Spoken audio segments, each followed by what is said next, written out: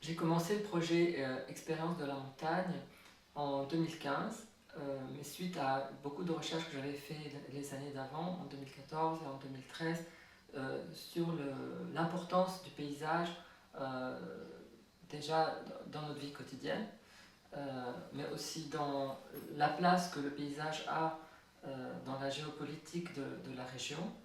La question du paysage est une question difficile, c'est un domaine qui, dans la peinture ou dans la photographie, est très référencé, très dense.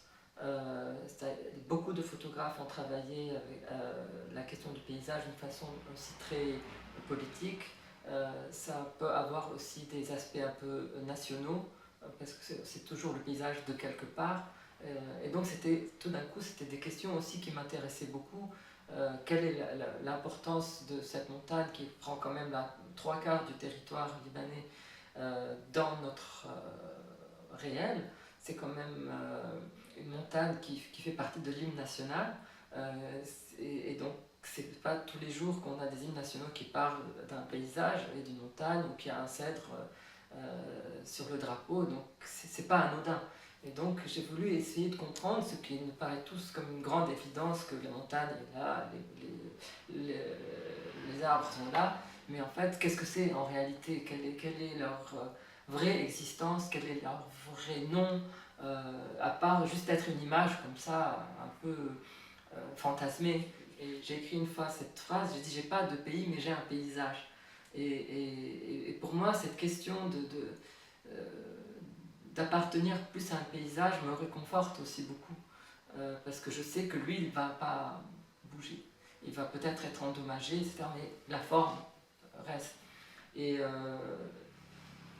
et peut-être que je voulais retrouver dans ces montagnes ce qu'on nous empêche de voir. C'est-à-dire toute la poésie qu'on peut trouver dans un endroit,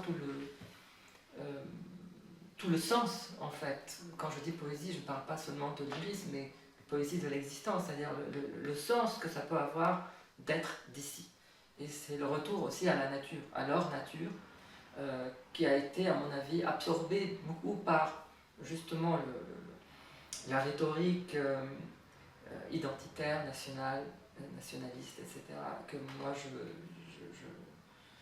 à laquelle je ne m'identifie pas. Et justement, quand je marche, je parle plutôt de la couleur, des petits buissons parfois, du paysage plus large, des rochers, du temps, des ruines que je peux trouver sur mon chemin.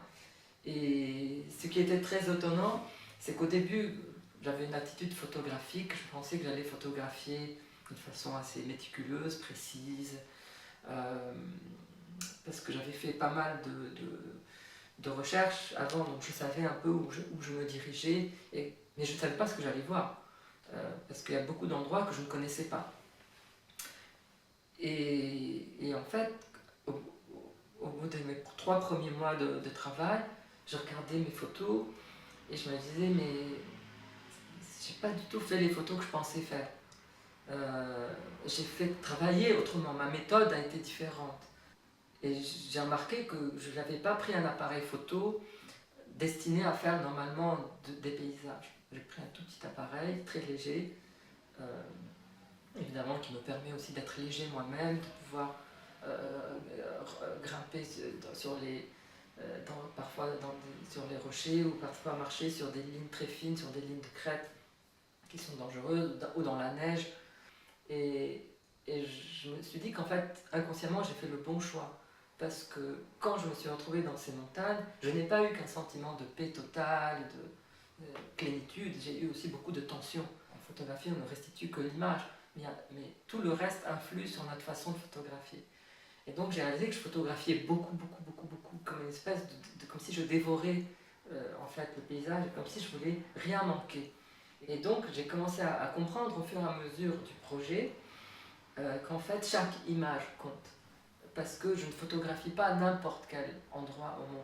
Je photographie un endroit d'une grande fragilité, un endroit qu'on interroge tous les jours. On dit est-ce qu'aujourd'hui je peux aller ici, est-ce que je peux pas, quelle force occupe cet endroit, est-ce que j'ai le droit d'aller là ou pas parce que je suis de telle ou telle confession ou de telle ou telle nationalité, ou parce que je suis binational, est-ce que je peux...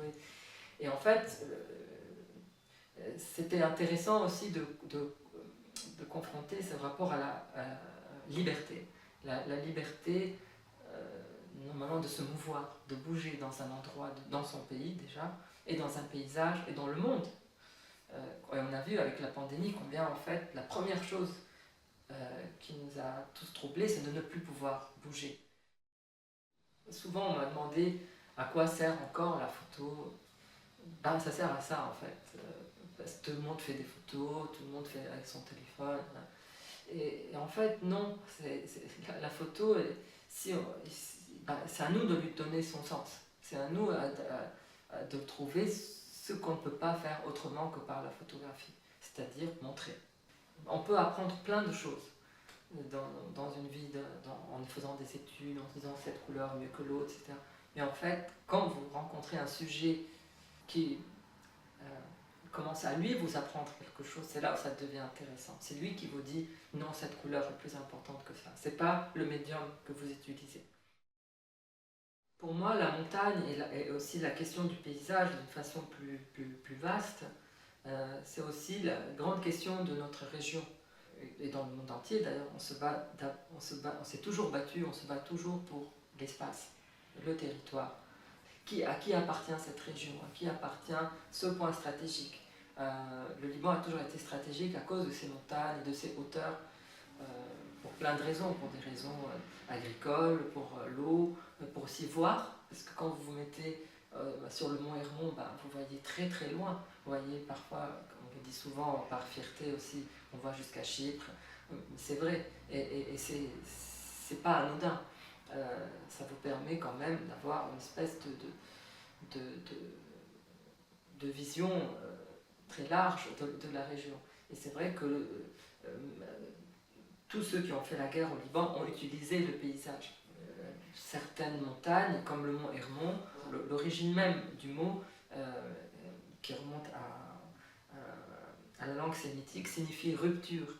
Donc ça veut dire c'est un endroit qui rompt entre les endroits. Et donc elle a toujours été effectivement, cette montagne, une espèce de frontière naturelle entre des zones. Avant ce n'était pas des pays, c'était plus des régions, des zones ou des populations qui vivaient là. Pour moi, je ne sais pas, c'était quelque part la question de toutes les questions.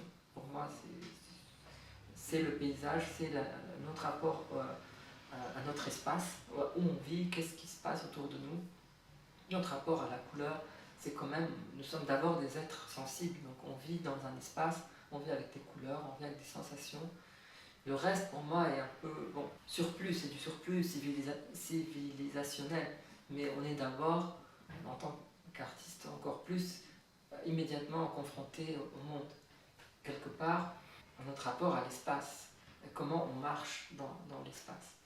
Le problème de ce projet, c'est qu'il englobe toutes mes questions. J'arrive presque plus à photographier autre chose, parce que je trouve c'est ce dialogue que j'arrive à avoir avec moi-même quand je suis sur place et avec les montagnes, parce que quand même la nature nous interpelle, est très puissant, il domine, il prend toute la place. Et je pense que dans notre région, c'est quand même la clé de toutes les questions. C'est comment on vit avec notre territoire.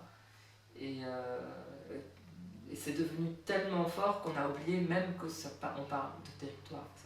L'homme est colonisateur par nature, et donc il y a une espèce de possession de cet endroit qu'en fait on ne possède pas. Et dans mon projet, il y a une ambivalence dans ce sens-là, parce que j'ai envie de libérer ces endroits, mais en même temps, je me retrouve moi-même à avoir envie de les posséder. Et il y a cette tension qui est humaine, je pense. Donc la question que m'a posée ma façon de travailler, c'est-à-dire ma prise de vue, c'est posée sur comment je vais restituer ce projet dans une expo éventuelle, comment on va montrer ça, comment je vais respecter ma méthode, celle qui s'est déployée naturellement, c'est-à-dire de faire plein de photos. Et à un moment donné, je me suis dit, mais en fait, comment j'ai commencé ce projet, c'était quoi mon premier, ma première idée, ma première envie. Et ben je me suis dit, je vais faire un livre sur la montagne. Et qu'en fait, le livre était la forme la plus adaptée, dans le sens où il va pouvoir, un livre, comme vous savez, des pages, ben en fait, il y a des relations entre les choses. Il y a une page là, il y a une page là, une page après, il y a une page avant. Et en fait, tout est comme le paysage, solidaire, c'est un seul corps.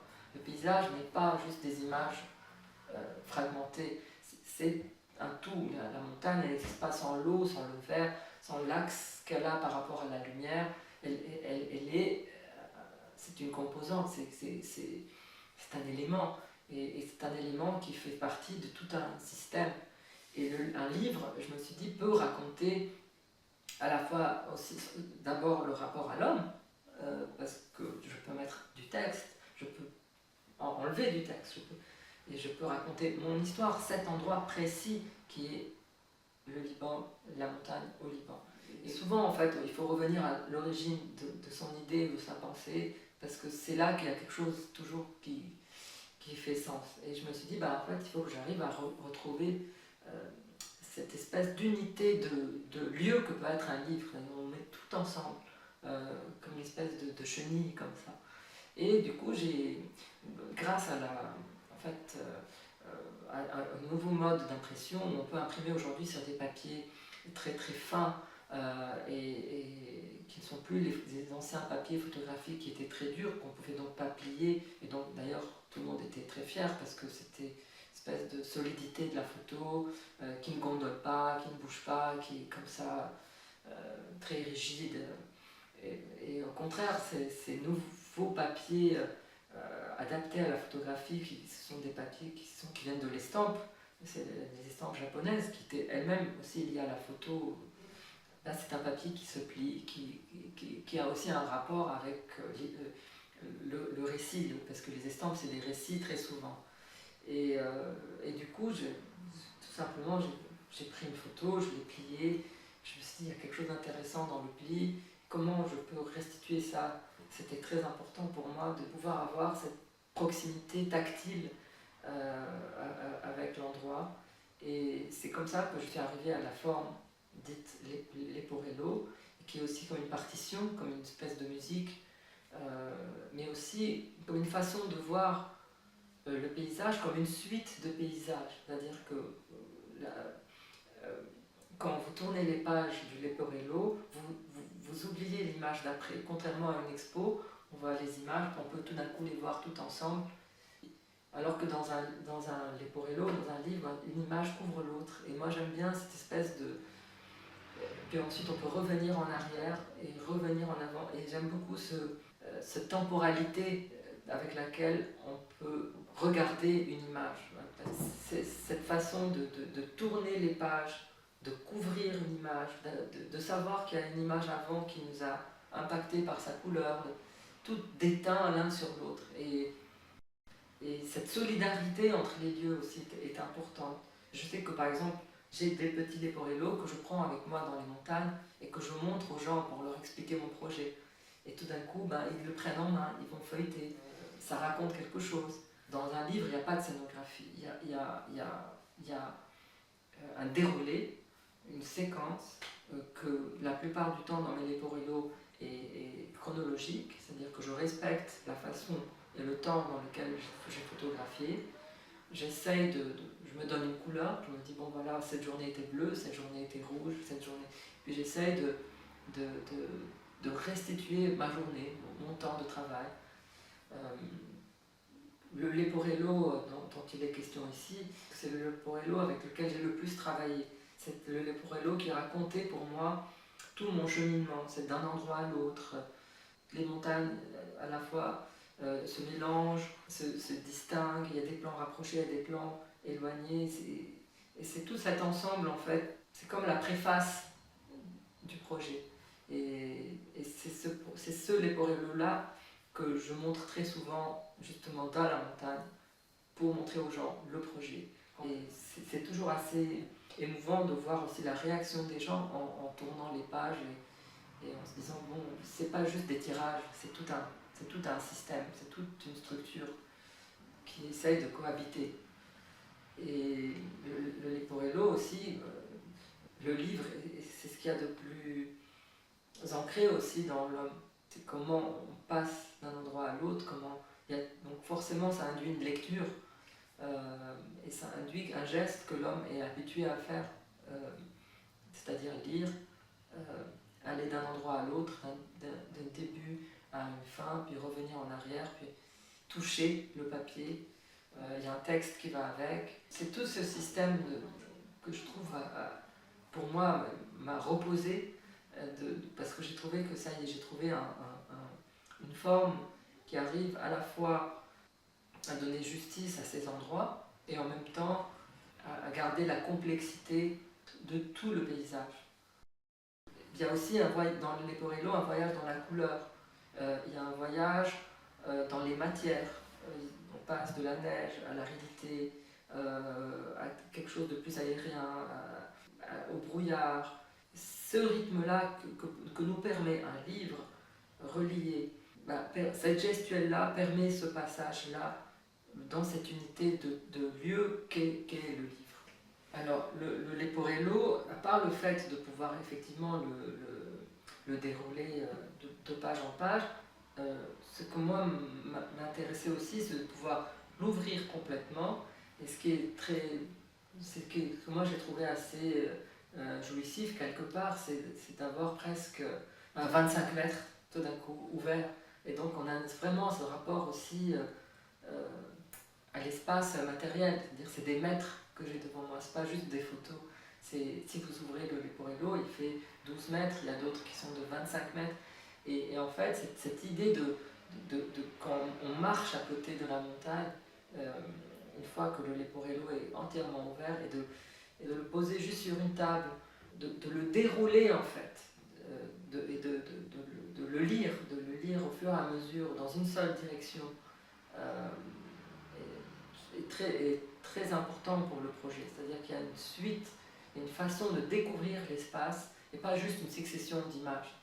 Le fait même de le poser sur une table et non pas sur un mur, c'est quelque chose de très différent. Une table et un mur, c'est pas la même chose. Et c'est important de pouvoir respecter ces deux différences. Une table, c'est une table de travail. C'est une table sur laquelle on peut se mettre d'accord. C'est une table avec laquelle on a une conversation.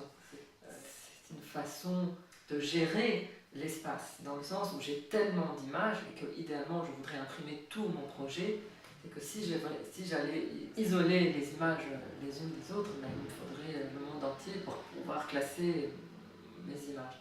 Et là, avec ce pliage, avec cette méthode-là, ça me permet d'accumuler les Leporello et donc à chaque fois d'augmenter ma collection, mon archive personnelle de cette montagne, idéalement un jour constituer une archive complète en n'ayant pas forcément justement besoin de beaucoup d'espace, mais juste de l'espace spécifique pour ces Leporello-là, qui eux-mêmes, chacun, qui font à peine un demi-centimètre d'épaisseur, contiennent 25 mètres.